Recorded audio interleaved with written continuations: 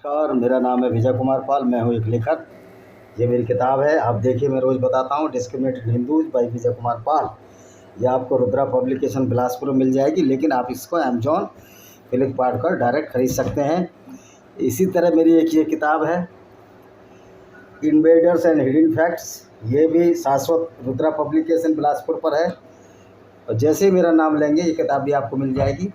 इस तरह बहुत सारी किताबें हैं, 10, 12, 15 किताबें हैं, आप उनको ख़रीदें। तो दोस्तों, आज हमारा जो टॉपिक है, जो मूल विषय है, वो मूल विषय क्या है हम इसको बताते हैं आपको। मूल विषय है कि ये जो कुरान का अल्लाह है, ये दयालु कैसे है। कुरान का अल्लाह जब गैर मुस्लिमों से भेदभाव करता है, उनको कत्ल करने की बात करता है, तो वो दयालु कैसे है। ये जो झूठ फैलाया गया है मौलानाओं द्वारा, इसका हम भंडाफोड़ करेंगे। आज हमारा टॉपिक है, कुरान का अल्लाह गैर मुस्लिम काफिरों को कत्ल करने, उनको लूटने की इजाज़त देता है, फिर वो दयालु कैसे है। कुरान में साफ साफ लिखा कि यहूदी ईसाई मूर्ति पूजकों को दोस्त मत बनाओ, क्योंकि वो नजस यानी पोटी जितने गंदे हैं। फिर भारत में कुछ मूर्ख राजनेता हिंदू मुस्लिम भाईचारे की बात क्यों करते हैं, क्या वो अल्लाह से बड़े हैं।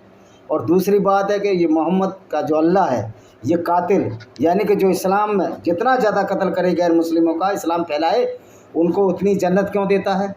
तो इसका मतलब कातिलों से अल्लाह को प्यार है, अल्लाह कातिलों का सरदार है, कातिल अल्लाह के प्यारे हैं। तो इसी कॉन्टेक्स्ट में मैंने ये किताब लिखी है, lament of Sinjar, tears of Yazidi women. ये अस्तित्व प्रकाशन पर है, और ये मेरा ईमेल एड्रेस है। वैसे तो आप इस किताब को आप अमेजॉन, फ्लिपकार्ट से भी खरीद सकते हो। अगर कोई जानकारी है तो ये मेरा ईमेल दिया हुआ है, आप मेरा ईमेल पर बात कर सकते हो, या ये मेरा व्हाट्सअप नंबर है, व्हाट्सअप पर भेज सकते हो। लेकिन कॉल उठाने के लिए मैं अनुपलब्ध रहता हूँ, क्योंकि बहुत सारी कॉलें आती हैं, फिर हमारा काम भी रुकता है। तो दोस्तों, अब ये देखिए, कुरान का चैप्टर 33 की आयत नंबर 50 क्या कहती है।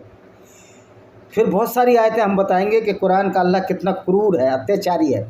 वो प्रॉफिट, हमने तुम्हारे लिए तुम्हारी जो पत्नियां हैं वो लॉफुल बना दी हैं, जिनको तुमने निकाहनामा पढ़ लिया, और जिनको तुमने मेहर दे दिया है। मेहर का मतलब होता है डावरी नहीं होता। मेहर का मतलब एक मजदूरी, उज्र दिया है, जो कि आपको मैरिज के बदले लेडीज़ को दिया जाता है। उसमें दहेज का कोई नहीं है, बल्कि ये उसकी मजदूरी है, उसके साथ इंटरकोर्स करने की मजदूरी है। ये इस्लाम का घिनौना रूप है।